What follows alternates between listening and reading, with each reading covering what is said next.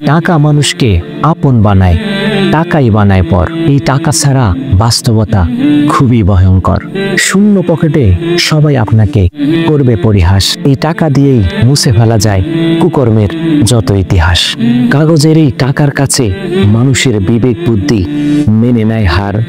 সমাজে সফল বলে সেই বিবেচিত হয় টাকা অর্থ সম্পদ আছে যার। মায়ের হাতের বিশেষ রান্না, পরিবারের সবাই একসাথে মিলে ইফতার কতটা মিস করে সেটা জানে শুধু পরিবার থেকে দূরে থাকা প্রতিটি রোজাদার। চিহরিতে ওঠার জন্য মায়ের এলামই সেরা, বোনের হাতের শরবত যেন মধু দিয়ে ঘেরা। একসাথে ইফতার শুধু পেটের ক্ষুধা নয়, মনে দেয় তৃপ্তি। পরিবারের সাথে চিহরি ইফতার করা জীবনের সব থেকে বড় প্রাপ্তি। জীবন নামে রেলগাড়িটা থেমে যাওয়ার পর সবার জন্যই বরাদ্দ ৩.৫ হাত ঘর। কিসের জন্য ছুটলাম আমি, কিনিয়ে দিব পারি। অহংকার একদিন চূর্ণ হবে, করব আহাজারি।